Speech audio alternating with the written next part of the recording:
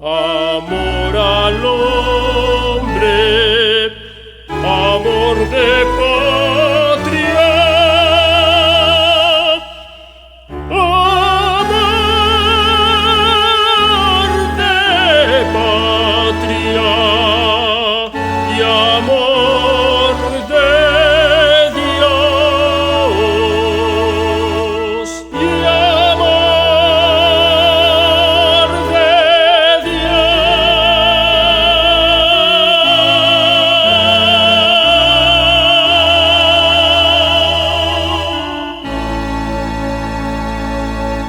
Esta plática, esta charla que vamos a tener, pues yo la he tenido con varias personas o con algunas que son amigos o gente cercana que conoce un poco mi trayectoria, mi historia, pero no, creo que no lo había tocado así en alguna entrevista, así que creo que es una buena oportunidad para que la gente pues tenga un poquito más de idea, ¿no? Cómo es que llegué a esto, no tanto por mí, sino porque al final de cuentas todos estamos aquí para cumplir con una misión de vida, con una labor, y eso es lo importante. Entonces siempre hay una historia y a mí me gusta mucho.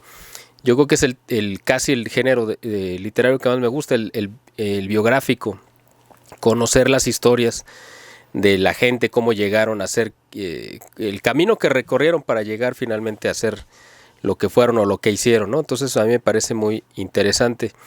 Yo nací en la Ciudad de México en 1975, estábamos en un periodo de la historia de nuestro país, pues ya que venía en decadencia a partir de 1970, cuando llegó Luis Echeverría. A mí me tocó la parte final del sexenio de Luis Echeverría, ya donde se estaban soltando todas las crisis de fin de sexenio, las devaluaciones que después se heredaron a José López Portillo, del cual sí tengo pues muchos recuerdos. De hecho, y a mí me tocó estudiar en la misma escuela primaria en la que estudiaron ambos, tanto Luis Echeverría como José López Portillo. Es una escuela primaria que está en la colonia Roma, donde yo nací, allá en la Ciudad de México.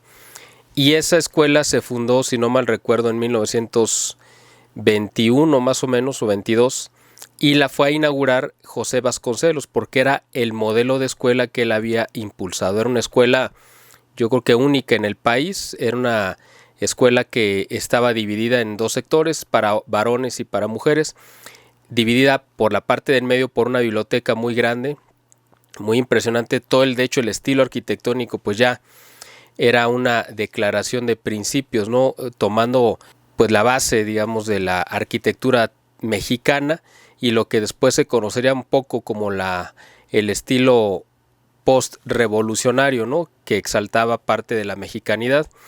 Y también era una escuela que contaba con canchas deportivas, era algo que no era común en ese tiempo. Tenía un auditorio muy grande para presentar obras de teatro y también tenía alberca, lo cual yo creo que fue la primera escuela en el país, cuando menos de educación pública y básica, que contaba con una alberca. Esto era con la idea de presentar precisamente un modelo de escuela que impulsaba Vasconcelos para que sirviera como referencia al resto de la educación. Por supuesto que no todas las escuelas del país, o yo creo que ha de ser una minoría las que imitaron esto, pero al final de cuentas a estos dos expresidentes les tocó estudiar en esa escuela y a mí me tocó estar ahí. De hecho, en 1982 yo estudié los 3 primeros años de preescolar y el primero de primaria en otra escuela, y a partir de segundo de primaria me incorporé a esta escuela, y que fue en el 82, y uno de los últimos actos de campaña no de campaña, sino de su gobierno, de José López Portillo, fue ir precisamente a la escuela a portar el uniforme y a pues hacerle honores a la bandera. Eso lo tengo muy grabado porque pues fue una experiencia muy impresionante ver todo el despliegue que se hacía para recibir al presidente de la República en nuestra escuela y verlo además vestido con el uniforme que portábamos todos nosotros, ¿no? Así que fue una experiencia que me marcó y bueno, pues a mí me tocó toda esa parte, ¿no? de complicada de los 80s en cuanto a la situación económica del país. Yo nací también en el seno de una familia católica. Yo tuve la fortuna también de tener buena educación religiosa en mi casa, devocional, y además tuve la fortuna de tener buenos maestros, buenas maestras catequistas para prepararme para los sacramentos, especialmente el de la primera comunión, que es el que yo recuerdo. Una tía mía me preparó junto con mi mamá y además fui a una parroquia a tomar catecismo. Esa es la parroquia de la Sagrada Familia, que también está en la Colonia Roma, muy conocida, y más les va a resultar conocida a las personas que hagan favor de ver este video, porque ahí es donde están sepultados los restos del beato Miguel Agustín Pro, que él también era oriundo de la Colonia Roma, y ahí están depositados sus restos. Es un templo jesuita. Tuve esa fortuna, además de crecer. La Colonia Roma, no sé si usted la conozca o la gente que haga favor de verla, es una zona muy hermosa de la Ciudad de México, también planeada específicamente. Fue la primera colonia en la Ciudad de México que se planificó desde su origen para imitar, digamos, o para mostrar la prosperidad de la parte final del Porfiriato. Entonces fue una colonia con casas muy hermosas, con avenidas muy llamativas, y se decoró con muchas obras de arte. Y entonces eso también, con jardines y una serie de cosas, lo cual pues también para mí tuvo un gran impacto, porque me sensibilizó desde mis primeros años que yo salía a caminar, a dar la vuelta con mis abuelos, para conocer lo que era el arte, porque en muchos de los lugares de la colonia, aparte de las casas que eran muy hermosas, con un estilo Art Nouveau, y ya las más, bueno, sobre todo Art Nouveau, porque ya en la Condesa, que fue una colonia posterior, el estilo arquitectónico predominante era el Art Deco, que ya era un poco de los años 20 y 30 y 40. Pero acá en la parte de la Colonia Roma, en la avenida principal, que es Álvaro Obregón, hay una serie de esculturas que realizaron los alumnos de la Academia de San Carlos, que eran como sus trabajos de graduación, y eran esculturas, la mayoría hechas en bronce. Eran copias, no imitaciones, sino copias de los clásicos de las culturas griega y romana, ¿no? De las esculturas clásicas griega y romana. Entonces a mí me gustaba mucho ir a pasear, caminar por esa avenida muy hermosa y ver las esculturas y ver la arquitectura. Entonces todo eso me fue marcando. Luego tuve la suerte y la fortuna también de que en mi casa toda mi familia siempre tuvo una afición por la música, en particular por la música clásica, en general música mexicana, pero la música clásica, ¿no? En particular. Y cuando había reuniones familiares, había pues un piano que había pertenecido, creo que a mi bisabuelo. Él me parece que lo mandó traer de Europa. Y un tío mío, un tío abuelo, era un pianista muy virtuoso, que incluso estuvo en el conservatorio. Y él amenizaba las reuniones tocando piezas, valses mexicanos de la época del Porfiriato. Entonces para mí desde pequeño me familiaricé mucho con esa época y quedé como muy imbuido, ¿no? de ese estilo artístico, porque lo veía en la arquitectura y lo escuchaba en la música a través de las reuniones que teníamos. Y cada año en fechas previas a Navidad se realizaba una posada familiar en la cual se hacía todo pues al estilo clásico, como deberían de ser las posadas. Se rezaba el rosario, se cantaban cantos que yo no he escuchado. Ya posteriormente pues los he ido encontrando, pero son cantos que prácticamente nada más se cantaban en mi familia, cantos antiguos españoles para pedir posada. Y entonces también eso me traía como una devoción profunda por la Navidad y el nacimiento de Cristo, ¿no? Además tuve también la fortuna de que mi mamá pues siempre tuvo una vena artística y tuvo la feliz idea de representar una pastorela que ella misma escribió, una pastorela clásica, no cómica como es la mayoría, sino esta es una pastorela clásica en la que tomábamos parte todos mis primos y algunos de mis tíos, donde mi mamá y una tía prepararon el vestuario, se hacía toda una escenografía y nos aprendíamos los diálogos y la representábamos previo a Navidad para mi familia simplemente, ¿no? Pero también eso me marcó profundamente para sensibilizarme con esta época del año que es tan entrañable. Y esas cosas me fueron marcando, ¿no? Me fueron marcando en la parte histórica, como ya mencioné, con ese cariño, digamos, esos buenos recuerdos que yo escuchaba de las piezas que se tocaban en los grandes salones, en las fiestas de la época porfirista, que a mí me tocó ya pues 80 años después volver a escuchar interpretar el piano, me tocó también convivir con estos famosos organilleros, ¿no? Son muy comunes en la Ciudad de México, cada vez menos, pero incluso aquí en Guadalajara hubo un momento en el que empezaron a venir de la Ciudad de México algunos y la gente los aprecia mucho. Es una música, casi toda la música que traen grabados estos cilindros, ¿no? Hechos normalmente en Alemania, es música mexicana de esa época de Porfirio Díaz. Entonces toda esa parte a mí me remontaba a una época de mucho progreso, de mucha riqueza cultural que me marcó profundamente desde mi infancia, ¿no? Y repito, pues tuve la fortuna de siempre haber tenido una buena educación y formación católica, y eso es parte también que a mí me marcó, ¿no? A lo largo de mi vida. Tengo la fortuna de que esa posada que se hace cada año, tradicional de rezo del rosario con esos cánticos, la seguimos haciendo todavía hasta el 2023, ¿no? O sea, yo a veces puedo asistir porque pues es en la Ciudad de México y a veces no, pero los que vivimos eso desde nuestra infancia, esa tradición tiene realizándose en mi familia pues más de 100 años, porque parece que ya la realizaban mis tatarabuelos y la heredaron a mis bisabuelos y luego a mis abuelos y ahora a nosotros, pero se sigue realizando afortunadamente, cantando exactamente los mismos cantos que se cantaban en ese tiempo y haciendo exactamente lo mismo. Entonces, cuando menos en esa parte sí hemos querido preservar esa devoción, porque no quisiera llamarle tradición, o se le puede llamar tradición devocional para las nuevas generaciones. A mis hijos les ha tocado vivirlo también y también les ha parecido muy pues emotivo, ¿no? Saber que esto es una... Pero además las figuras de los peregrinos, ¿no? La figura de San José y de la Virgen son figuras que también son del siglo XIX, no sé exactamente de qué época, pero han sido los mismos que se han llevado y se han heredado de generación en generación con la misma vestidura, y son figuras obviamente, pues yo me imagino que de porcelana, que han sido pues también una maravilla conservarlas también todavía, y pues es parte de lo que nosotros queremos preservar con nuestros hijos.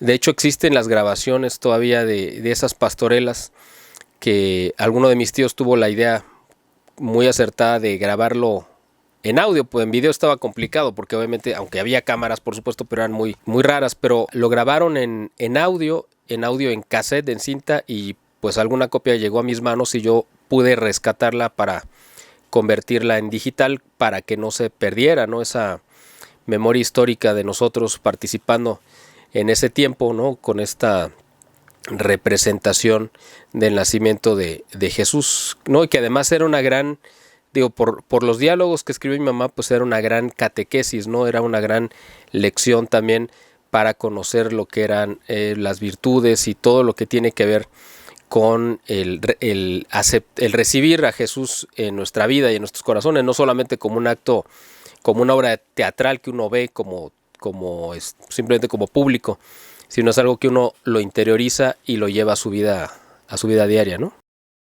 El bautismo, pues sí lo recibí, yo creo que a los meses de nacido, no sé exactamente, tengo por ahí la fecha porque se preservó para la posteridad pues algún recuerdo, alguna invitación, ¿no? Por ahí viene la fecha, no la recuerdo exactamente.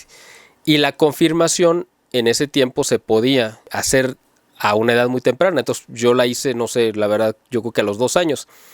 Era medio extraño una confirmación en ese tiempo porque ahora se acostumbra que primero se hace la primera comunión normalmente y luego la confirmación, pero en ese tiempo se podía hacer y así se hizo. Entonces realmente yo no recuerdo ninguno de los dos sacramentos. Del que recuerdo muy vivamente es el sacramento de la primera comunión, y yo continué pues llevando mi vida católica normal, ¿no? Sin ni nada extraordinario, pero sin dejar de asistir a misa y a las actos litúrgicos, ¿no? De fiestas y de Semana Santa. Yo creo que donde vino como un parteaguas, donde ya tomé como más en serio la religión, fue a raíz de un regalo que yo recibí cuando tenía como 14 o 15 años.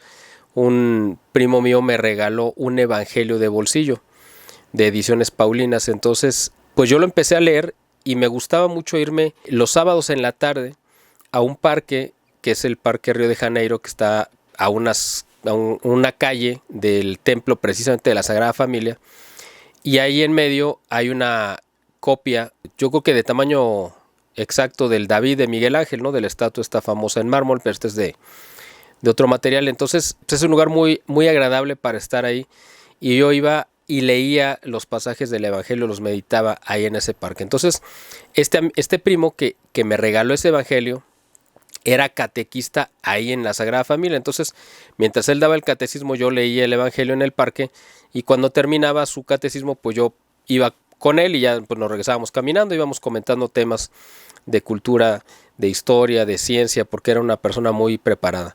Entonces, él, por su trabajo, lo mandaron a Brasil, al sur de América, a Brasil, Argentina. Y entonces yo me sentí comprometido porque era el único catequista joven, porque las catequistas que daban clases de religión, pues eran las que me habían dado a mí clases, es decir, eran señoras ya pues, bastante mayores de edad, y el único joven era mi primo. Entonces cuando él se fue, yo me sentí como comprometido y me ofrecí como catequista y me aceptaron. Entonces yo a los 15 años empecé a dar clases de catecismo a los niños, ahí donde yo había recibido clases también, ¿no? Que fue como una manera de pagar un poco lo que había recibido. Entonces yo estuve dando clases ahí pues 1 o 2 años, no recuerdo exactamente cuánto. Y a la par de eso, pues yo estaba estudiando la preparatoria, pero creo que vale la pena también comentar una parte de la formación que tuve educativa porque también marcó mi vida. Yo la preparatoria la estudié en el sistema abierto, es decir, no, sí fui a tomar un poco de clases y asesorías, pero prácticamente todas las materias yo las estudiaba en mi casa por mi cuenta, y así aprobé pues, prácticamente todos los exámenes. Algunas materias que obviamente necesitaban mucho más personalización y cercanía, como las matemáticas o la química o física, pues sí fui a tomar asesorías también, que había escuelas que preparaban para estos exámenes, ¿no? Entonces yo así estudié la preparatoria y yo empecé a trabajar a los 15 años. Fue mi primer trabajo. Entonces a esa edad como que tuve muchos cambios porque fue la parte donde empecé como catequista, también empecé a trabajar, y después exactamente yo creo que a los 15 años nos invitaron ahí en la parroquia donde íbamos a tomar clases a inscribirnos en un curso de catecismo pero para adultos, de una institución que se llama, más o menos, porque no recuerdo el nombre exacto, la Escuela de Formación Pastoral para, ¿cómo es? Escuela de Pastoral Parroquial para los Agentes Laicos. Una cosa, sí, es un nombre un poco largo. Todavía existe esa institución. Y pues yo me inscribí junto con mi familia. Se inscribió pues mi mamá y mis primos y tíos y todo eso. Entramos como 6 o 7 personas de mi familia a tomar clases los domingos. Y tuvimos la fortuna de que teníamos maestros muy buenos, de muy buen nivel, que sabían muy bien, entonces nos prepararon a la perfección. Y esta escuela era como una escuela primaria, porque eran 6 años cada domingo para terminar pues todos los niveles. Entonces nosotros entramos al primer año, yo era el más joven de todo el grupo, porque había gente pues adulta, casi todos eran adultos y yo era el más joven, yo tenía 15 años. Antes de terminar, siendo alumno de primero, me dieron la oportunidad pues como para foguearme de yo dar una clase a mis propios compañeros. Y me acuerdo que me tocó hablar sobre el domingo, ¿no? El Día del Señor. Entonces preparé la clase con cierto nerviosismo, pero con mucha emoción también. Y di esa primera lección, que por ahí la tengo grabada también, porque yo también tuve la idea, creo que afortunada, a lo mejor no fue idea mía, sino inspiración del Espíritu Santo, de grabar prácticamente todas esas clases muy buenas en audio, y estoy en el proceso y con la intención de digitalizarlas y subirlas a YouTube para que la gente pueda tener acceso a estas pues enseñanzas. Varios de esos profesores, por supuesto, ahorita pues ya fallecieron. Estoy hablando de hace 33 años, entonces muchos de ellos ya fallecieron, pero la enseñanza afortunadamente ahí se preservó, y yo creo que más de 100 cintas de cassette grabados con muchas horas de clases, y creo que vale mucho la pena que la gente pudiera tener acceso a ellas. Entonces, bueno, pues ahí espero que Dios me conceda el tiempo suficiente para poder hacerlo. Ya cuando yo pasé a segundo año, o cuando todos pasamos a segundo, los de segundo le daban clases a los de primero. Y así fuimos subiendo hasta que llegó el punto en el que yo iba en llegué a cuarto grado, pero ya no había profesor. O sea, es decir, ya por la razón que sea, ya no había profesor de cuarto. Entonces yo iba a tomar cuarto grado y a mí me dieron el grupo, es decir, aunque yo no lo había tomado, me dieron para que yo diera las clases a mis compañeros, pero realmente eran la gente con la que yo iba a tomar la clase. Entonces también fue un reto, porque fue hablar de algo que yo no sabía, tampoco había recibido como lección. Entonces estuvimos ahí más o menos estuve como hasta los 19 años. Y fue a los 15, precisamente en esta edad, cuando yo entré a tomar estas clases de religión, en 1990, cuando se llevó a cabo el Mundial de Fútbol en Italia. Y ustedes pueden pensar, bueno, ¿y qué tiene que ver el Mundial con esta historia que estoy contando? Bueno, pues sí fue un parteaguas porque fue la primera vez que se presentó este famoso trío de tenores, ¿no? De Plácido Domingo, Luciano Pavarotti y José Carreras, en el previo a la final del Mundial. A mí me tocó ver ese concierto y para mí fue como un parteaguas en mi vida. O sea, yo en casa pues escuchaba un poco de bel canto, tenemos algunos discos, ¿no? De Humberto Cravioto y de otros tenores muy reconocidos. Prácticamente, pues yo no recuerdo haber escuchado música de mariachi, por ejemplo, ¿no? En mi casa soy otro tipo de música mexicana, como ya mencioné, música de salón, pero no música de mariachi. Entonces yo cuando escuché y vi ese concierto de los tres tenores, para mí fue como una revelación. Y yo dije, yo quiero hacer eso. O sea, sentí como que había descubierto la vocación, o es lo que yo creía en ese momento, para lo cual yo pues estaba en este mundo. Entonces empecé a buscar algún maestro o maestra de canto y finalmente como a los 16 años más o menos encontré, gracias a una maestra que nos daba clases de religión. Tenía una amiga que era una mezzosoprano que había tenido una carrera internacional pues en Bellas Artes y en otras partes del mundo muy reconocida, y que ya estaba retirada y que se dedicaba a dar clases y vivía precisamente ahí en la misma colonia Roma. Entonces fui y me inscribí con ella y empecé a tomar clases. Entonces ella me formó durante 4 años, estuve estudiando bel canto, desarrollé la voz de tenor, pues esa es con la que uno nace, pero la fui desarrollando.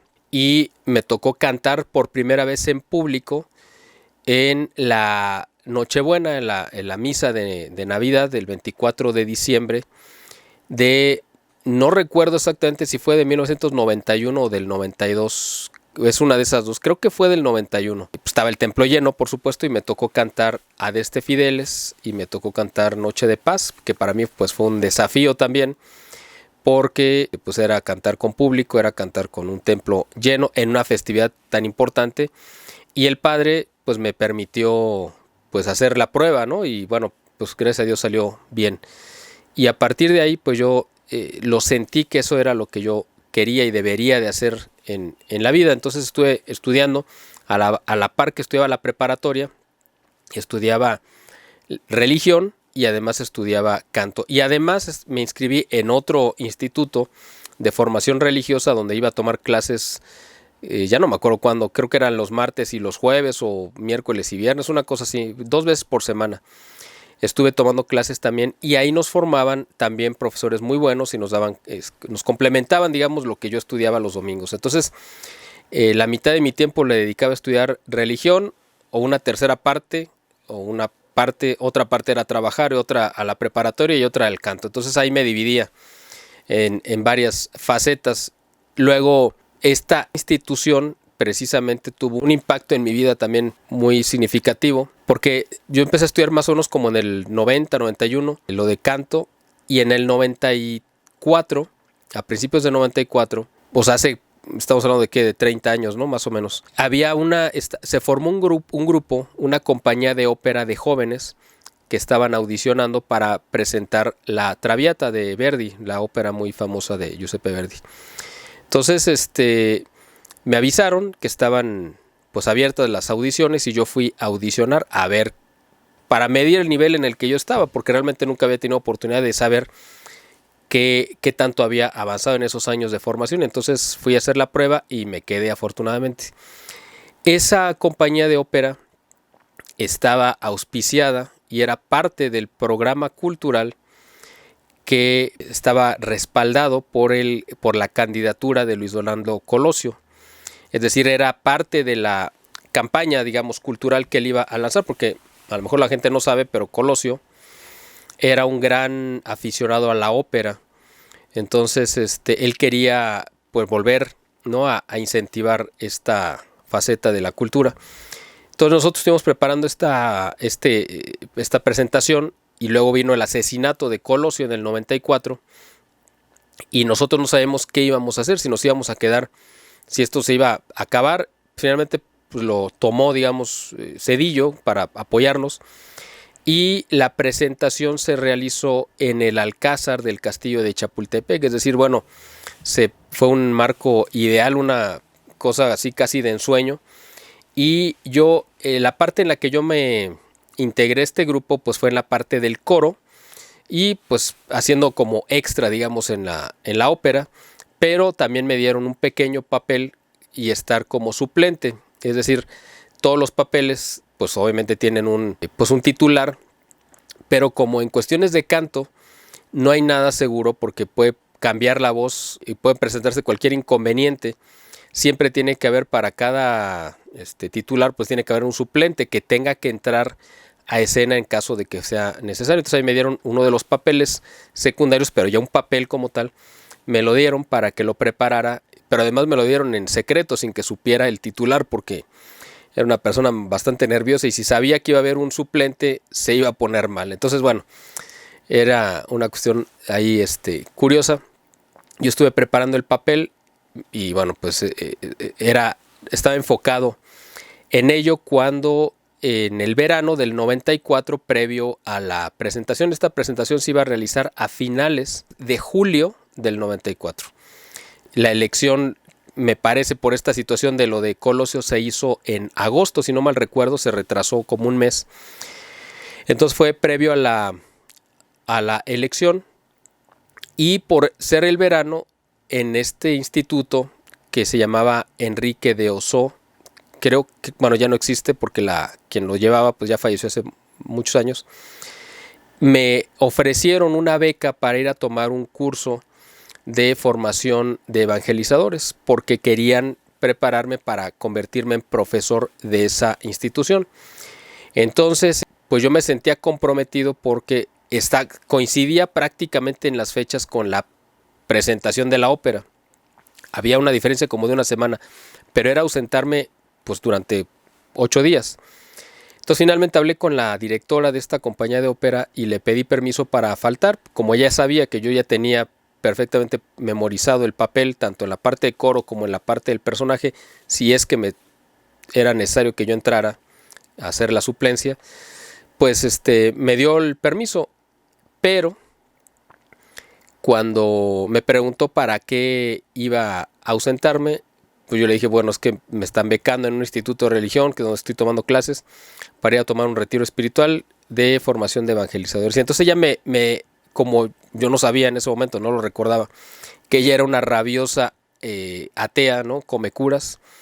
Entonces me dijo, no tienes permiso. Yo, si era para irte a la playa con tus amigos a emborracharte, sí te daba permiso, pero para irte a cuestiones de religión no tienes permiso. Y le dije, oiga maestra, pero usted ya me había autorizado. Pues sí, pero pues ahora no.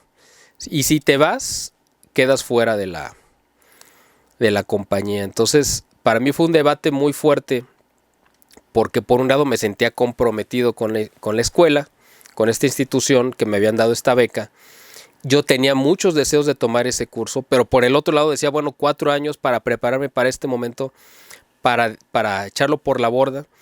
Y para mí realmente fue una situación crítica. A lo mejor ahorita la gente lo ve y lo escucha y dice, bueno, pues no había mucho de dónde elegir. Yo hubiera decidido esto o hubiera decidido esto otro, ¿no?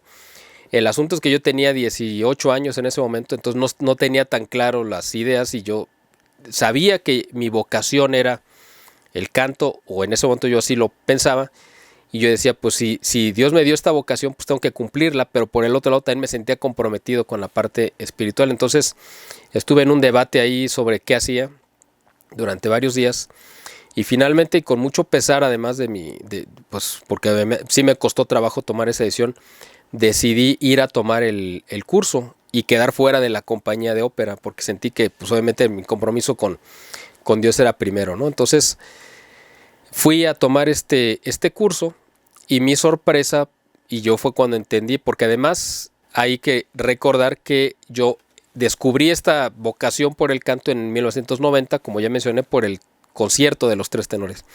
Pues en el 94 otra vez estábamos en el Mundial de Fútbol y se hizo el segundo concierto de los tres tenores, que fue en Los Ángeles. Y en la noche previa a que yo saliera de viaje, hubo una entrevista, la realizó Ricardo Rocha, el periodista que falleció hace algunos meses, y tenía a los tres tenores ahí entrevistándolos junto con el director de la orquesta. Y yo cuando estaba preparando mi equipaje estaba viendo la entrevista y ellos diciendo pues que era lo más maravilloso, que el canto, que valía la pena sacrificar todo por el canto, por la vocación. O sea, para mí fue como todavía tratar de convencerme de por qué no tenía que ir a ese curso, ¿no? Y bueno, pues me fui ahí muy apesadumbrado a pesar de esto. Y cuando llego al curso y la persona que nos da la bienvenida, en el momento que nos recibe y nos dice bienvenidos chicos o bienvenidos muchachos, algo así nos dijo. Yo cuando escuché esa voz tuve como una revelación, así como la que tuve en el 90, donde dije, a partir de que escuché el concierto y dije yo me quiero dedicar a esto. Cuando escuché esa voz de esa mujer que nos recibió, yo inmediatamente supe que esa era la mujer con la que me tenía que casar.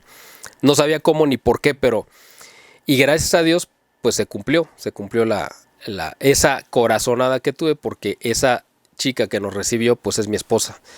Entonces ahí fue donde yo entendí por qué tenía que haber ido a ese curso y pues viví en carne propia en parte, ¿no? Lo que ese pasaje del Evangelio cuando está el pescador que encuentra una perla muy valiosa y vende todo lo que tiene con tal de poseerla. Bueno, pues a mí me pasó exactamente eso. Y bueno, pues yo regresé, tomé el curso y yo regresé muy contento porque había conocido a la mujer con la que yo creía que debería de casarme. Yo lo creía, ella no obviamente, pero yo sí. Entonces yo estaba convencido y después dije, bueno, pues ahora mi labor va a ser convencerla a ella también, ¿no? Gracias a Dios y a la providencia, pues así fue. Entonces yo regreso a la Ciudad de México y pues asistí como público a la presentación de la obra, porque eran mis compañeros, porque yo estuve ahí con ellos y bueno, pues yo me sentía parte, ¿no? Aunque no participé. Y al final pues los fui a saludar a todos y la maestra me saluda y me dice, me abraza y me dice llorando, ¿por qué no viniste? Nos hiciste mucha falta. Y yo le dije, pues maestra, es que usted me corrió.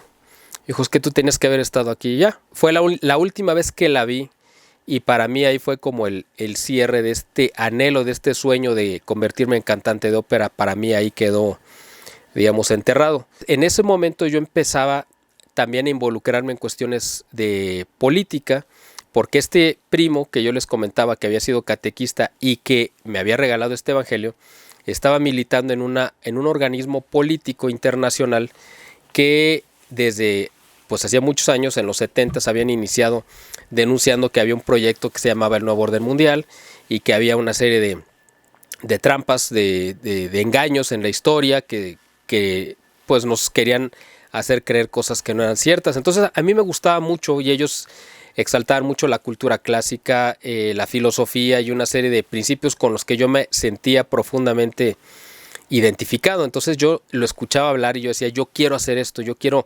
transmitirle a la gente esa pasión por la cultura, por el bien, por la justicia. Quiero combatir la mentira, quiero combatir el engaño, quiero combatir estas instituciones y estos grupos de poder, a los Rockefeller, a los Rothschild, que ellos me mencionaban que existían y que estaban queriendo hacer tanto daño. Entonces a mí se me encendía el corazón cuando yo escuchaba hablar de esto, ¿no? Entonces a partir del 94 y una vez que decidí que ya no me iba a dedicar al canto, me involucré en el activismo político con este grupo. Entonces en este 1994 convulso en el país, donde estábamos viviendo el asesinato de Colosio, donde estábamos viendo el asesinato de José Francisco Ruiz Massieu, donde en el 93 hayamos visto el asesinato del cardenal Posadas Ocampo, pues todo eso obviamente había una agitación política que a mí pues había despertado en mí pues mucho interés por entender lo que estaba sucediendo.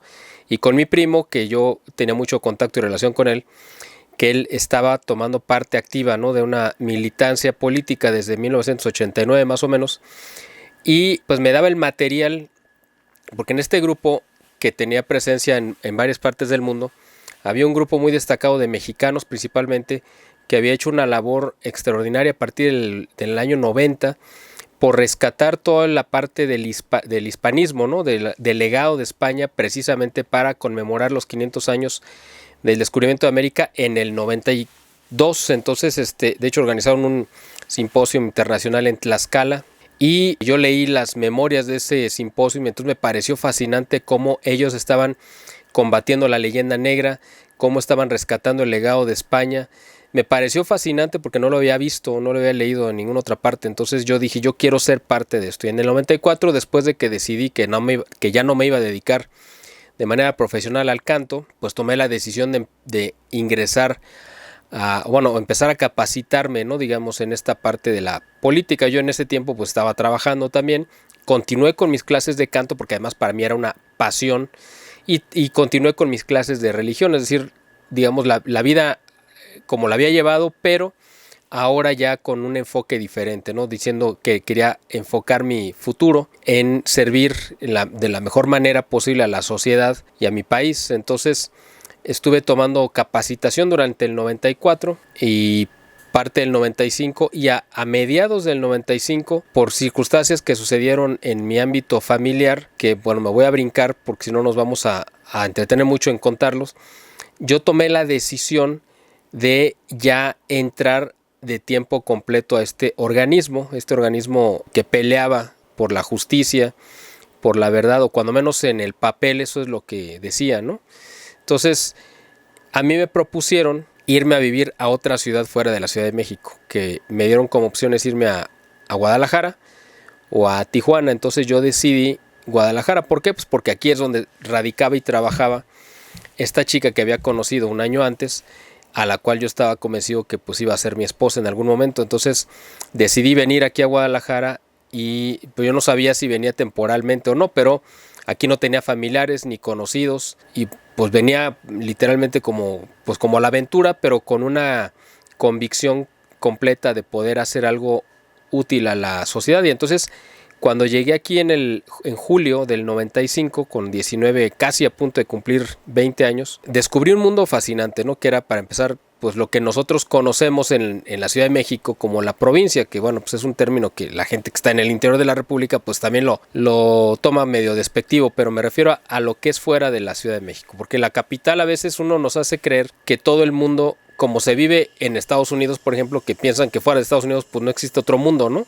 Son sociedades que viven viéndose el ombligo, digamos, en el sentido de que piensan que todo gira en torno a ellos. Uno de la Ciudad de México piensa que todo gira en torno a la Ciudad de México y lo demás pues es secundario. Entonces yo vine a descubrir un mundo fascinante. Uno de los primeros descubrimientos que hice fue que había existido una guerra cristera, de la cual yo había tenido una noción muy vaga cuando había leído parte de la biografía de Miguel Agustín Pro, que yo lo veía ahí precisamente cuando, como les comentaba, cuando iba a tomar las clases de catecismo, no a tomar, sino a dar las clases de catecismo, y yo veía las fotografías de su fusilamiento, y decía, como un sacerdote fusilado, pero ¿por qué? O sea, no entendía. Y cuando leí una biografía así, de esas, estilo como cuentos, un cuentito muy fácil de leer que se llama Vidas Ejemplares, es una colección que editaban los jesuitas precisamente, o Ediciones San Pablo, una de esas, de Ediciones Paulinas me parece, no recuerdo quién, pero yo leí la vida de este sacerdote y me pareció, yo sé, bueno, pero ¿en qué momento sucedió esto en la historia de México? Hace 100 años, bueno, menos, ¿no? Unos 80 años, en ese tiempo, cuando yo no me había enterado de nada, ¿no? Bueno, entonces cuando llegué aquí a Guadalajara descubrí todo lo que había sido la guerra cristera, los líderes cristeros, todo ese espíritu que se respira principalmente aquí en Jalisco. Y para mí fue un descubrimiento fascinante, ¿no? Y tuve oportunidad de conocer pues un sinfín de gente, porque este grupo político al que me había unido visitaba de manera regular pues a políticos, ¿no? Diputados, alcaldes, presidentes municipales, líderes sindicales, empresarios, sacerdotes, obispos, o sea, a todos los representantes, digamos, por llamarle de alguna manera, de la cúpula social, es decir, los liderazgos sociales, ya sea empresariales, políticos o religiosos. Entonces, de muy temprana edad, yo aprendí como a relacionarme, aprender e incluso pues hablar, pues no diré que de a tú, pero cuando menos sin cortarme, con gente obviamente que me llevaba o triplicaba, me doblaba o triplicaba la edad y que tenía mucho más experiencia que yo, pero que pues yo tenía el arrojo en ese tiempo de hablar de temas pues complicados, ¿no? Que para ahorita, para muchos son temas comunes, pero estamos hablando hace casi 30 años, hace 28 años, pues no era tan común hablar del nuevo orden mundial, hablar de la ONU como un instrumento que quería imponer una serie de restricciones a las libertades, hablar de que había una conspiración mundial para despoblar al planeta. Esas cosas la gente cuando las escuchaba le parecía casi más un tema de ciencia ficción. Ahorita pues hay mucho más sensibilización y la gente pues está más familiarizada, pero estamos hablando de hace 30 años, no era el caso. Entonces pues yo empecé a militar en este organismo y yo me sentía fascinado por esta parte, ¿no?, que mencionaba del hispanismo y el rescate a nuestro origen identitario. Pero por otro lado empecé a notar cosas medio extrañas con las que yo no me sentía muy cómodo, porque empecé a ver que este grupo tenía más un comportamiento, porque yo había estudiado como parte de mi formación religiosa cómo se comportaban las sectas, y yo empecé a notar comportamientos sectarios dentro de este grupo que no me gustaban, y empecé a ver cosas que no me parecían también como muy coherentes. Por ejemplo, que habíamos condenado en el papel, este grupo que tuvo su origen en Estados Unidos venía de la izquierda radical trotskista, la más radical en los 60s, y fue girando, vamos a decir como entre comillas, fue girando hacia la derecha hasta llegar y posicionarse en lo que ahorita la gente conoce como la ultraderecha. O sea, tuvo un giro de 180 grados. Entonces, a mí me tocó conocer este grupo que había surgido del anticatolicismo a convertirse en un grupo que defendía a la Iglesia Católica y al catolicismo, pero como una filosofía, como una cuestión intelectual, pero no espiritual, ¿no? Entonces yo veía cosas ahí que yo decía, bueno, pues yo aprendí, en todo lo que aprendí, pues no, esto no está bien. Y empecé a notar ciertas incongruencias y ciertas cosas que no me gustaban. Luego en el 97 me promueven para irme a Estados Unidos, a la sede precisamente internacional de este organismo que estaba en Virginia, muy cerca de la capital de Washington, y ahí me di cuenta que pues toda la dirigencia de este grupo eran judíos, todos, o digamos el 90%, pero eran judíos que iban a misa, o sea, en teoría eran judíos conversos, ¿no? Pero yo no los veía muy convencidos. Entonces yo con eso quedé como más alarmado todavía, y cuando regresé a México, pues yo tenía esa inquietud de saber que había comportamientos y miembros de este organismo que la verdad no estaban bien de la cabeza. Entonces yo decía, esto, sí, yo quería hacer esto, pero no me gusta esto, lo que están haciendo esta gente, ¿no? Hasta que llegó el punto de quiebre en el año 2003, yo ya tenía 8 años, y ya para ese tiempo yo me casé con mi esposa en el 98, y estuvimos trabajando juntos del 98 al 2003, ella quizá un poquito menos, casi 5 años, donde compartimos pues las mismas convicciones, por supuesto, y eso pues afianzó nuestro matrimonio. Pero además ya en el 2003 decidimos salirnos de este organismo cuando vimos que ellos simplemente habían mostrado una careta ya muy descarada de una desviación ideológica que yo creo que la tuvieron desde su origen, pero nosotros no la habíamos descubierto cuando se descararon ya hacia la beta masónica, cuando menos en su parte intelectual, cuando defendían a figuras como Benito Juárez, cuando defendieron figuras como a Plutarco Elías Calles como un gran patriota, y acusaron a los cristeros de ser traidores a la patria. Entonces una serie de barbaridades que yo dije, bueno, esto simplemente es una locura, y además están mintiendo de manera tan descarada que si están mintiendo en esto, que es tan obvio y grotesco, pues me imagino que han de haber mentido en todo lo demás. Obviamente parte de las mentiras que se esparcieron en este grupo pues era toda la historia oficial de la Segunda Guerra Mundial, donde los norteamericanos habían salvado al mundo, donde lo mejor que le había pasado a la humanidad había sido la guerra de independencia de Estados Unidos, donde Estados Unidos tenía un destino manifiesto como nación dominante. En fin, una serie de barbaridades que obviamente con el tiempo pues yo he ido ya identificando de manera muy clara que son aberraciones. Entonces en ese momento pues yo dije, bueno, yo me voy de aquí, yo no tengo nada que hacer. Eso fue hace 20 años exactamente, en el 2003, que yo rompí con esta organización y me dediqué a trabajar, ¿no? A hacer pues una labor común y corriente, porque además estaba ya por nacer mi segundo hijo. Entonces yo necesitaba conseguirme un trabajo pues común y corriente, y me dediqué a vender publicidad en diferentes medios de comunicación, primero en un periódico, luego estuve en TV Azteca, Luego estuve en otros programas de radio y televisión por cable. Pero obviamente pues yo podía hacerlo, vender la publicidad, pero yo sabía que esa no era mi vocación, ni era para lo que yo había venido a este mundo. Yo no me sentía como que había venido a vender publicidad. Me gustaba hacerlo, pero no era la meta de mi vida. Entonces empecé a ver la manera en la que podía volver a hacer algo que valiera la pena. Después estuve trabajando un tiempo en una revista incluso de sociales, que fue quizá lo más alejado que me tocó vivir de lo que yo quería hacer. La empresa era muy buena, los jefes magníficos, la familia con la que trabajé, que eran los dueños de la revista, era gente finísima. Les guardé y les guardo muchísimo aprecio, pero obviamente la labor que tenía que hacer pues era lo más superficial y banal posible, ¿no? Que uno puede imaginarse, estar de cócteles, yendo a inauguraciones, aniversarios, y no podía yo entablar ninguna plática con nadie porque todos hablaban de lo mismo y nadie podía generar una idea, que todos hablaban de lo que habían comprado, de lo que iban a presumir, porque eran la gente, ¿no?, de la clase más pudiente aquí de Guadalajara, la que acudía a esos eventos. Entonces yo me sentía totalmente ajeno a ese ambiente, al que además de que no pertenecía, pues tampoco quería pertenecer, porque decía, bueno, aquí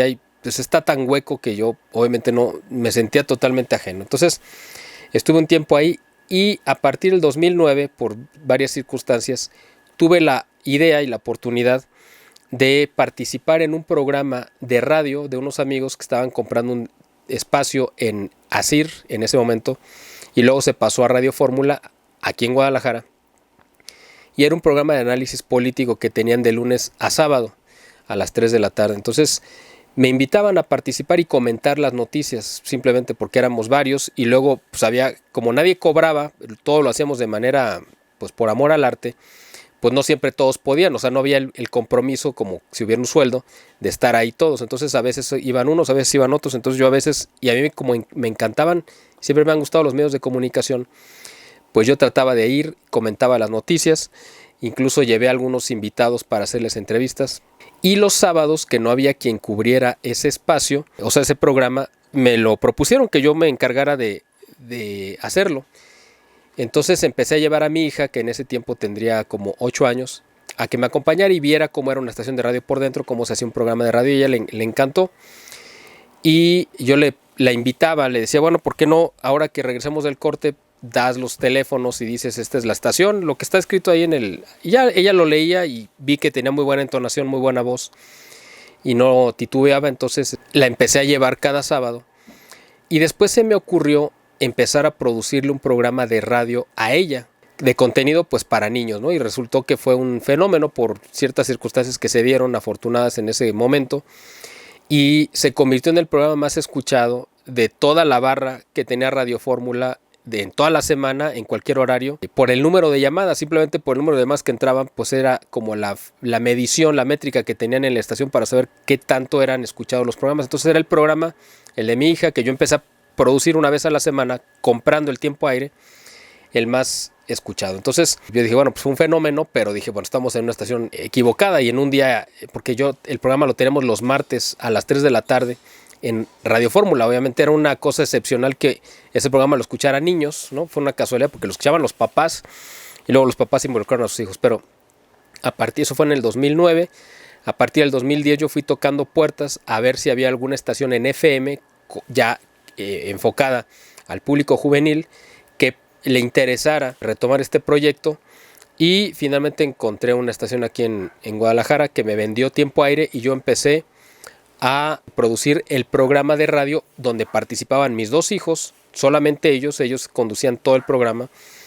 Mi esposa y yo escribíamos los guiones, yo comercializaba el tiempo aéreo, o sea, conseguía los patrocinios, y aunque estábamos mi esposa y yo dentro de la cabina, no hablábamos para nada, todo lo hacían mis hijos, tomaban las llamadas, hacían comentarios, todo el programa lo sacaban ellos adelante. Pero mi hijo tenía 6 años y mi hija tenía 9 y medio, entonces fue un mérito muy grande. Y además tuvimos la oportunidad en el 2009, precisamente cuando estábamos todavía en Radio Fórmula, de grabar un especial navideño que duró todo el mes. Y yo compré el tiempo aire en un canal de televisión local aquí de Guadalajara, pero se veía en varias partes del país. Conseguí un patrocinio de Dulces Vero, que ahora es parte me parece que del Grupo Bimbo, pero en ese tiempo era una empresa aquí de Guadalajara, y compró la idea, ¿no? de hacer un especial navideño. Entonces grabamos todo lo que tenía que ver con la Navidad, lo que era la tradición, lo que significaban los árboles, las piñatas, las posadas, las pastorelas, o sea, con la idea de que fuera un contenido que tuviera que ver con la temporada, pero que le diéramos un sentido para que los niños aprendieran todo y lo que tiene que ver con la Navidad. Hicimos un especial sobre San Nicolás, obviamente el verdadero personaje histórico que existió por ahí del año 300, y para desmontar el mito, ¿no? de este personaje que luego se sacó de la botella de Coca-Cola, ¿no? Entonces fue muy exitoso, a la gente le gustó, y a partir del 2010 empezamos con la idea de tener estos programas y empezamos a producir los programas de radio y de televisión al mismo tiempo, ya un programa fijo. Mis hijos hicieron secciones de cultura en los programas de radio y de televisión, visitaban museos, hacían entrevistas, reportajes, de todo. Y de hecho en el programa de radio empezamos a abrimos una sección para iniciar a los niños en el mundo de la conspiración, que fue algo como muy osado, porque mi hija en la sección decía, bueno, en la escuela nos han enseñado esto, pero la realidad es esta otra. Entonces era como una manera de desafiar la historia oficial de la enseñanza que se daba a los niños en las escuelas, y mi hija siempre aportaba datos de las cosas reales que se nos habían ocultado, ¿no? Fue una cosa así muy interesante. Incluso el último programa habló sobre las apariciones de Fátima y una serie de cosas que ya eran temas muy profundos, ¿no? Pero tocado con la frescura, ¿no? de los niños. Este proyecto muy interesante duró durante todo el 2010, después vino la crisis económica, nos quedamos sin patrocinadores y bueno, se acabaron los programas. Eso fue en 2010. Luego en 2011, a raíz de estos programas, un productor de teatro, actor y escritor de obras de teatro que yo había conocido en un grupo de teatro precisamente al que yo había pertenecido en el 2009, un grupo de teatro clásico de periodistas, y por eso yo me había integrado como periodista, me habían invitado, que se llama Prensa Unida de Guadalajara. Es un grupo que se fundó por ahí de 1911, más o menos, si no mal recuerdo, 1910 por allá. Entonces tenía pues 100 años de existir, y cada año presentaban la obra de teatro Don Juan Tenorio, la versión clásica, ¿no? de José Zorrilla, en el Teatro Degollado, que es el principal recinto de la cultura aquí en el occidente del país, ¿no? Aquí en Guadalajara. Entonces, a mí tuve la fortuna de participar varias veces en esa obra de teatro clásica, y además me tocó participar en otra obra de teatro que se llamaba Pasión y Muerte de Jesús. En esa obra me tocó representar a 5 papeles diferentes, no porque yo fuera un gran actor, sino porque hacía falta personal, ¿no? Entonces yo brincaba de un personaje a otro. Por ejemplo, me tocó representar a Pedro, pero al principio de la obra me tocó representar a uno de los socios de la banda delictiva de Dimas y Gestas, que se supone que estaban asociados con Barrabás. Entonces yo era uno de esos ladrones. Entonces de ahí brincaba a ser Pedro, y de Pedro brincaba a ser José de Arimatea, y de José de Arimatea brincaba a ser soldado romano y luego gente del pueblo. O sea, eran los 5 personajes y tenía que estar interactuando, y me cambiaba. Tenía alrededor de 5 o 6 segundos para cambiarme de un vestuario a otro, ¿no? Y lo hacía entre que salía de una escena y entraba a la siguiente. Y bueno, en fin, fue un desafío muy interesante, porque además era aprenderme pues diálogos y todo, ¿no? Y diferentes caracterizaciones. Esta experiencia de teatro me tocó compartirla con este director, y él, pues inspirado en lo que habíamos hecho con mis hijos en la tele y en el radio, escribió una obra de teatro que se llama Lobo Lobito. Es una obra para niños, es una historia infantil muy divertida, donde los protagonistas son mis hijos, ¿no? Son 2 niños que son hermanos y que tienen un abuelo que les lee los cuentos. Entonces nos invitó que participáramos como familia en ese proyecto. Entonces a mí me tocó hacer el papel del abuelo de mis hijos en esa obra de teatro, que era una obra cómica, y ahí me tocó hacer el papel pues, del comediante principal, ¿no? de la obra. Muy divertido, fue una experiencia muy buena, porque también participó mi esposa de rebote, porque ella nos ayudó a montarla, a aprendernos los diálogos y todo. Y una de las actrices principales, la antagonista en la obra, la malvada, digamos, había estado oyendo los ensayos, y al final de cuentas, 1 o 2 semanas antes de la presentación, pues ya no fue, porque por la razón que sea. Entonces, de emergencia, el director le pidió a mi esposa si podía interpretar el papel, porque era el papel de la bruja, pero una bruja joven y guapa. Entonces mi esposa daba perfectamente con el papel, y pues lo hizo, ¿no? Entonces fue una experiencia muy divertida y muy enriquecedora para los 4. Como familia participamos en este proyecto, ¿no? Y ya después de eso fue cuando me involucré en la parte de vender productos que tuvieran que ver con el cuidado personal en una empresa que era una filial de Laboratorios PISA. Eso lo empecé a hacer a partir del 2012 y 2013, y ahí es donde me vino la idea, por necesidad, de tener una pasta dental natural, porque además pues yo me di cuenta investigando lo nocivo que eran las pastas, y además pues, porque la empresa en la que yo estaba trabajando pues no tenía una pasta dental. Entonces yo les hice la propuesta de tener una pasta dental que iba a ser un producto muy vendible, y pues ellos no lo aceptaron. Entonces yo lo hice por mi cuenta, busqué un laboratorio, diseñé una fórmula y busqué un laboratorio hasta que logramos que este proyecto se concretara. Y a la par de eso, que estaba tratando de desarrollar la pasta de dientes, estuve comercializando una línea de productos de limpieza para el hogar.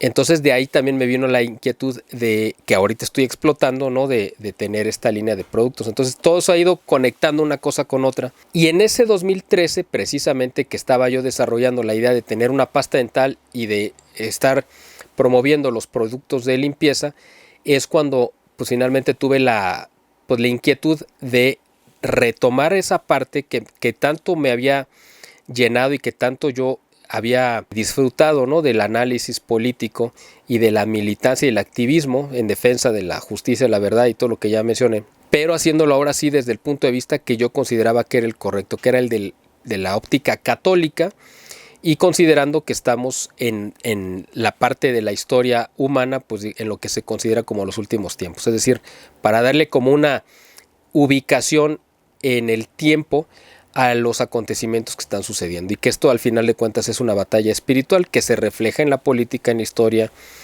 en la economía, etcétera, ¿no? Entonces ahí es donde tuve la idea y la iniciativa en el 2013 de tanto lanzar la idea o el proyecto, tratar de llevarlo a cabo, ¿no? El de la pasta dental, que surgieron como proyectos hermanos, y el del boletín de información e inteligencia estratégica. Por obvias razones era mucho más fácil aterrizar primero el del boletín, porque eso dependía totalmente de mí, y el de la pasta pues dependía de conseguir un laboratorio y una serie de cosas. Entonces lancé la idea del boletín en octubre del 2013, es decir, hace 10 años, y a la gente le gustó, empecé a tener suscriptores, y a partir de ahí, bueno, pues empecé a difundir los análisis que yo consideraba que explicaban los fenómenos que estábamos viviendo en la parte social, política y económica de México y del mundo, y empecé a invitar a escritores o analistas que quisieran colaborar mandando artículos.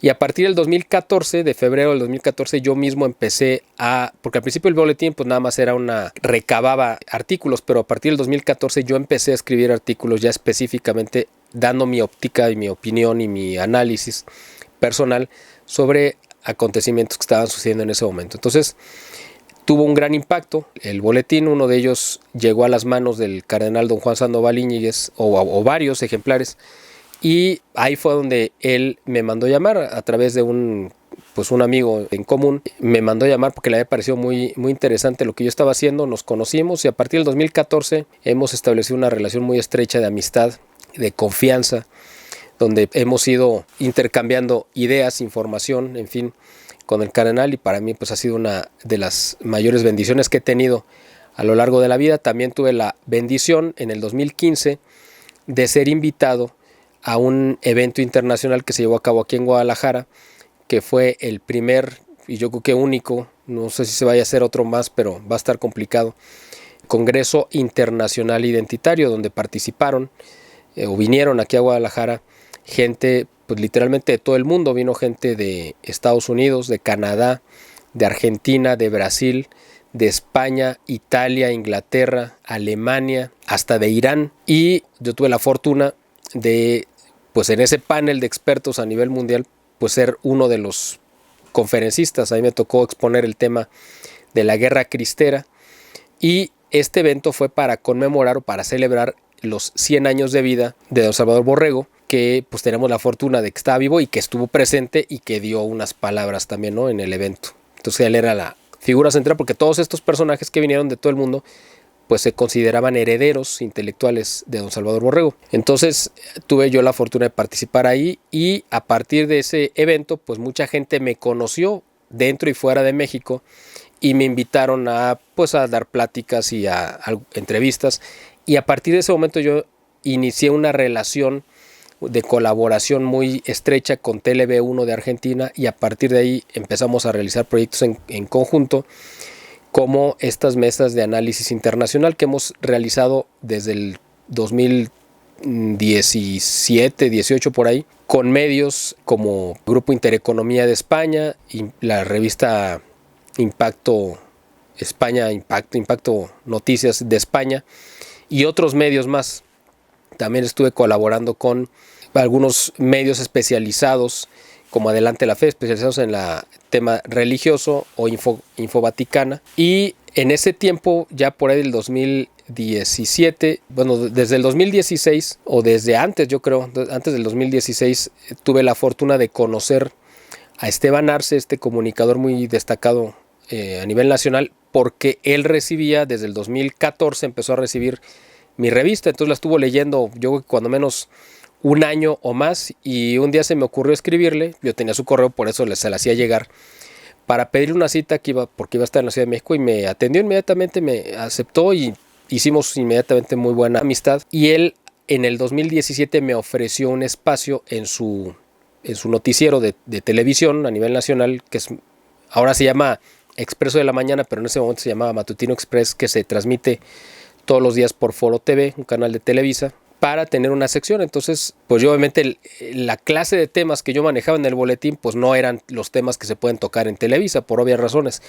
Entonces yo le dije, déjame buscar una fórmula que podamos usar en Televisa sin que te cause ningún problema y que no nos lo vayan a censurar. Y ahí es donde tuve la idea y la iniciativa de crear esta plataforma que se llama Orgullo e Identidad Nacional Mexicana, que es precisamente para rescatar el legado y el nombre y la memoria de personajes de la historia de México que no están en los libros de historia o de texto, que la mayoría de la gente no conoce, pero que hicieron grandes aportes. ¿Y por qué no se conocen? Pues porque fueron generalmente católicos, conservadores, es decir, que la masonería pues se empeñó en que la gente no los conociera, pero estamos hablando de empresarios, científicos, políticos, artistas, héroes y de todo tipo de actividades que dieron su talento para engrandecer a México y que llevaron el nombre de nuestro país a lo más alto, y que desgraciadamente pues han sufrido una injusticia histórica porque no están en el lugar que les corresponde. Y para eso hicimos esta plataforma, para rescatarlos.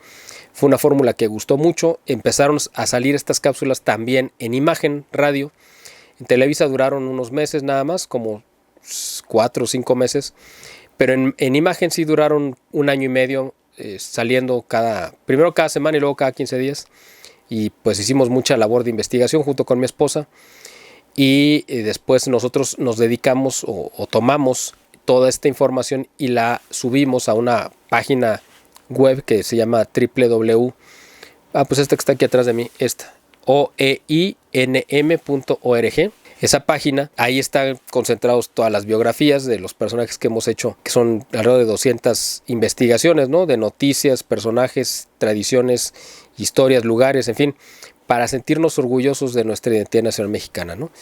Eso fue a partir de ese momento, y bueno, pues así es como más o menos llegamos hasta este momento, donde ahora tenemos ya pues todos los proyectos caminando, gracias a Dios, en conjunto. Está el Boletín de Información cumpliendo 10 años, tenemos nuestra marca de productos, que fue la pasta dental, que logramos finalmente. La idea la tuve en el 2013, pero el proyecto se pudo aterrizar hasta el 2018, o sea, me tardé 5 años en poder convertir esa idea en realidad, y a partir del 2018, es decir, estamos cumpliendo ya a partir de principios del 2024, oficialmente cumplimos 5 años, porque aunque la pasta, nuestro primer lote lo recibimos a finales de diciembre del 2018, pues oficialmente salimos al mercado el 1 de enero del 2019, así que estamos cumpliendo 5 años con la pasta, que ahora ya es una empresa con muchos productos, no solamente la pasta dental, que todos, gracias a Dios, han tenido muy buena aceptación.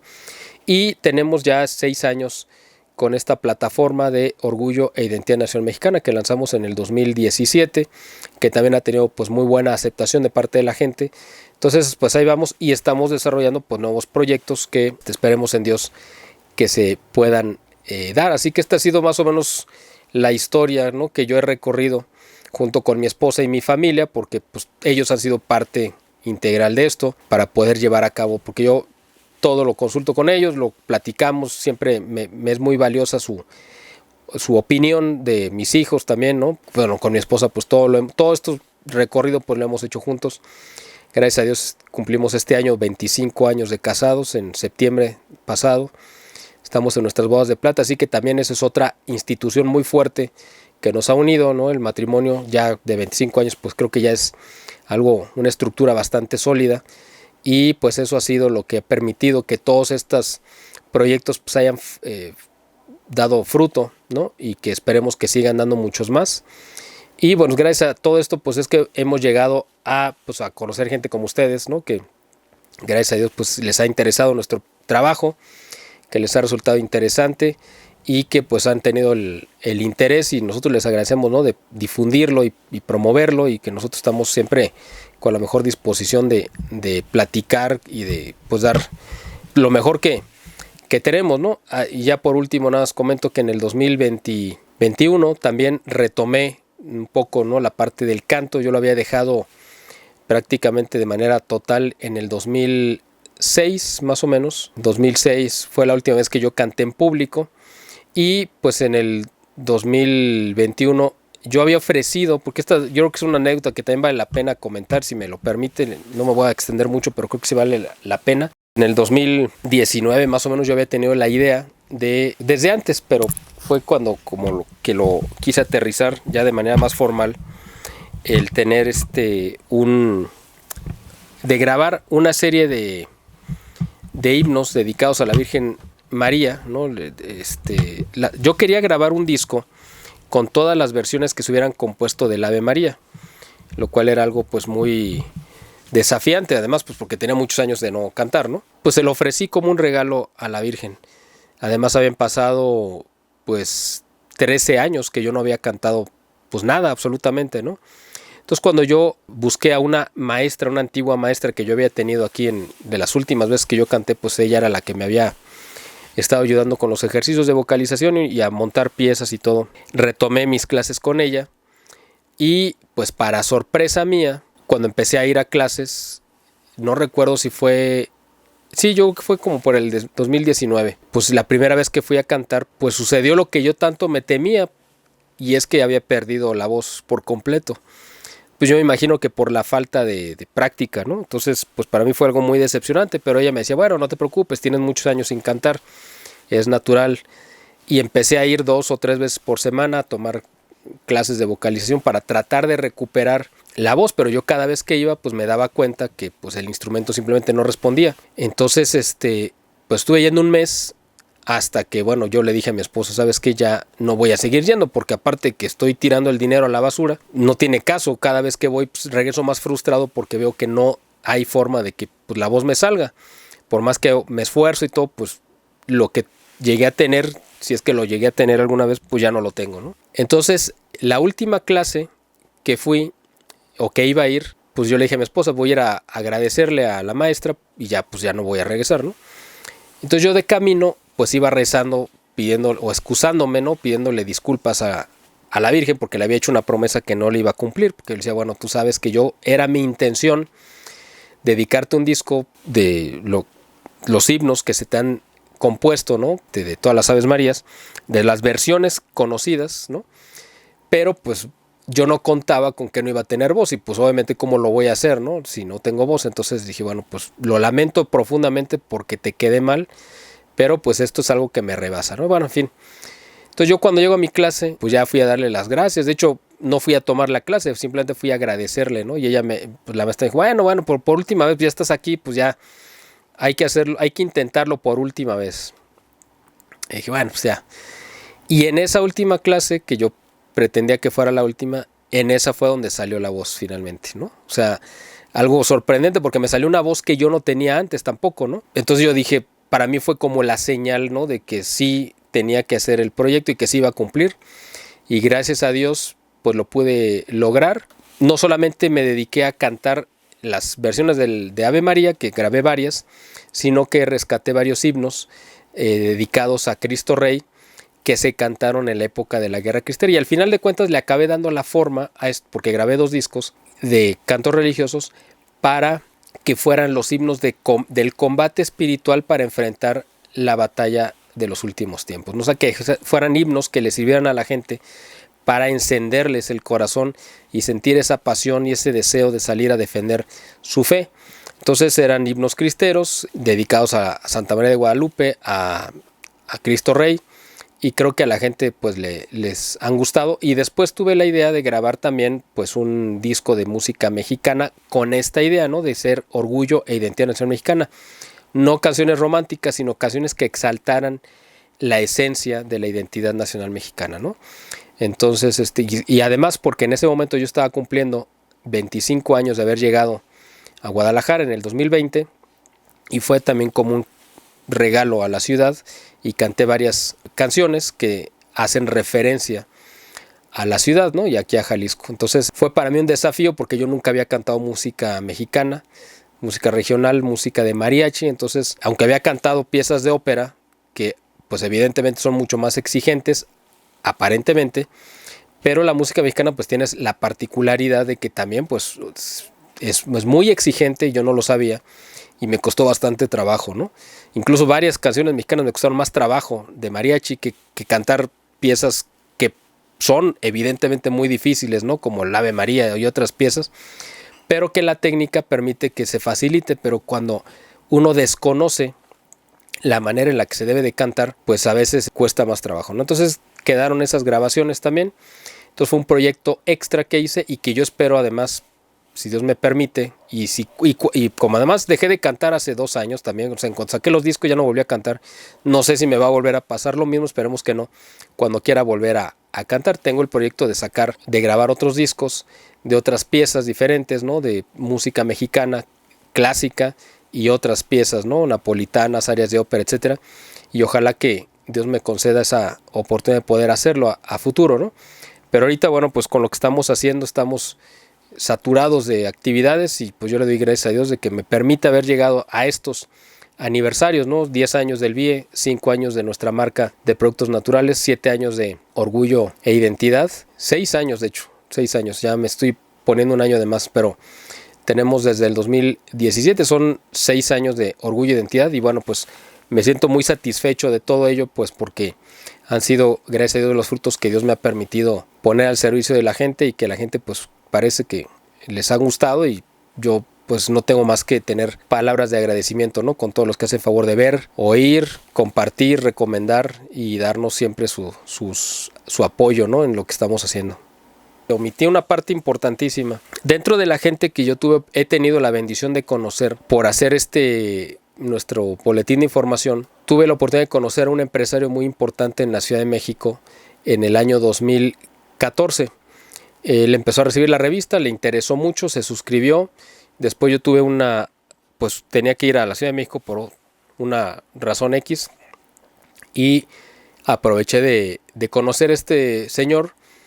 Y pues a partir de que lo conocí, pues inmediatamente nos hicimos muy buenos amigos, a pesar de que había una diferencia de edades pues bastante amplia. Él me llevaba como 25 años más o menos, pero hicimos inmediatamente amistad. Él ya era amigo de José Alberto Villasana, y yo también era amigo de José Alberto Villasana, es decir, a él lo teníamos como amigo en común.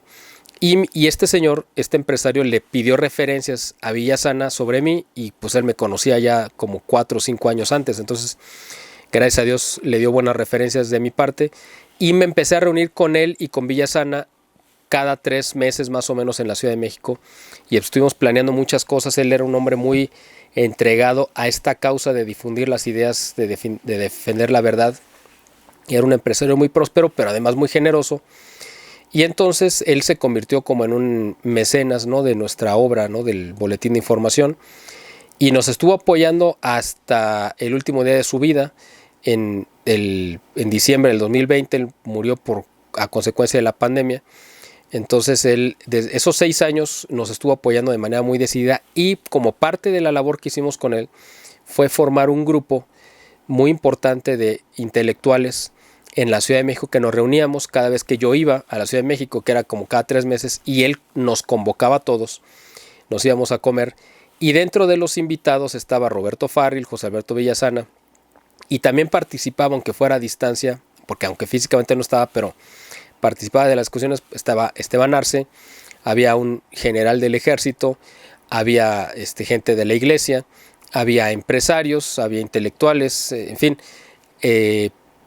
pues era un ambiente muy rico de este grupo que éramos alrededor de 15 personas que nos reuníamos cada 3 meses más o menos, intercambiábamos información y análisis, y ahí es donde yo pues realmente tuve un trato ya mucho más cercano con Roberto Farril, nos hicimos buenos amigos, y a partir del 2020 él me hizo el honor de invitarme a su programa para participar en este programa que hace una vez al año que se llama Previsiones, así se llama, Previsiones. Entonces, donde hablamos de lo que creemos o calculamos o podemos visualizar que va a suceder a lo largo del siguiente año, ¿no? Entonces empezamos a hacerlo en el 2020 y lo hicimos en el 2021, luego 2022, este año no sé si lo va a hacer, me imagino que sí, y espero que me invite, ojalá, si él tiene a bien hacerlo. Y por eso fue que empezamos a participar con él. Hemos mantenido obviamente nuestra amistad.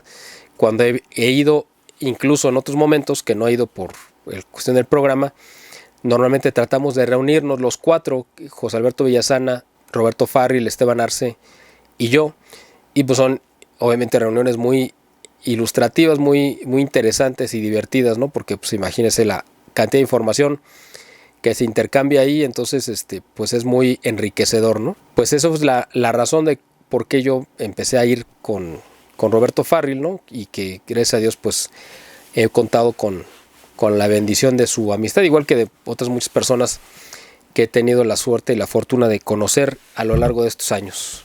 Pues hemos tenido no sé cuántas entrevistas, sinceramente, pero hemos tenido muchísimas. Yo creo que todas han sido relativamente fáciles en el sentido de que hemos entrevistado gente que pues no tiene problemas de comunicación, porque eso podría ser alguna dificultad. Gente que pues ha accedido además, ¿no?, a participar en nuestro canal. No guardo así como algún recuerdo negativo de ninguna de las entrevistas, ¿no? Algunas han sido más emotivas.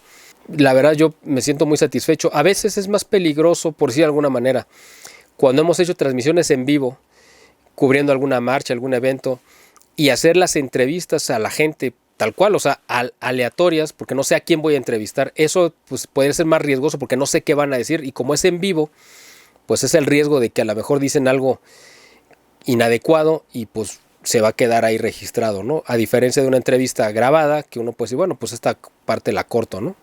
Y la investigación más complicada, pues la verdad no sé, también no podría citarle alguna. Hemos hecho muchísimas investigaciones de muchos temas, ¿no?, diferentes. Todas tienen pues un cierto grado de riesgo, de peligro, en el sentido de que estamos denunciando en casi todas pues estructuras de poder que están ahí pues muy enquistadas, ¿no? Yo creo que las que yo considero, muy al principio llegué a usar algún seudónimo por recomendación de colegas periodistas que me lo sugirieron, por seguridad mía, por los temas que llegué a tratar, que los hemos ido tratando, pero al principio pues a veces el arrojo, ¿no?, como de la novedad, a veces uno puede cometer un poco más de imprudencias y después uno va moderando un poco ese ímpetu. Pero al principio sacamos algunos artículos bastante fuertes y los firmé con algún seudónimo por ahí. Y ya después decidí que pues todos los riesgos los iba a asumir pues con mi nombre tal cual, ¿no?, dando la cara.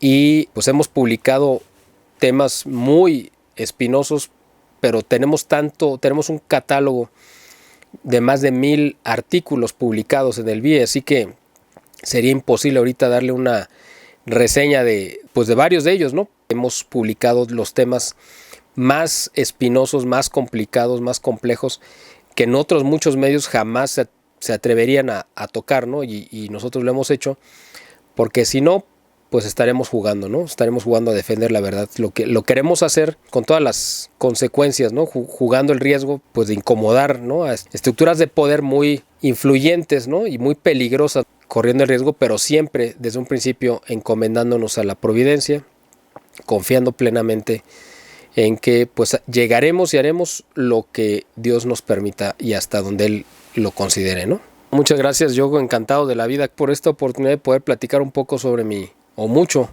sobre mi historia de vida, mi trayectoria, lo que he hecho, cómo llegué aquí y bueno, pues todas estas cosas que me hacen sentir pues muy satisfecho y comprometido además, ¿no? Con las cosas que quisiera hacer más allá, ¿no? Todavía, porque mientras tengamos vida, pues, y que Dios nos conceda, espero que podamos seguir dando más frutos.